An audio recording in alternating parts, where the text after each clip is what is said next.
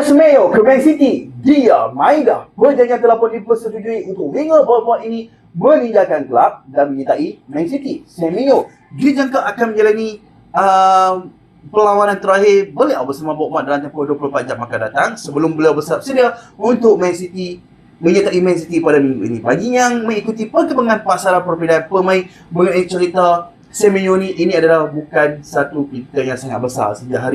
Sejak hari Christmas lagi, keputusan Semeyo sangat-sangat jelas. Dia mahu bergabung dengan Pep Guardiola di Man City. Dia nak bermain di bawah Pep Guardiola. Walaupun kita tahu terdapat minat daripada beberapa klub lain termasuk Tottenham, Chelsea, United dan juga Liverpool.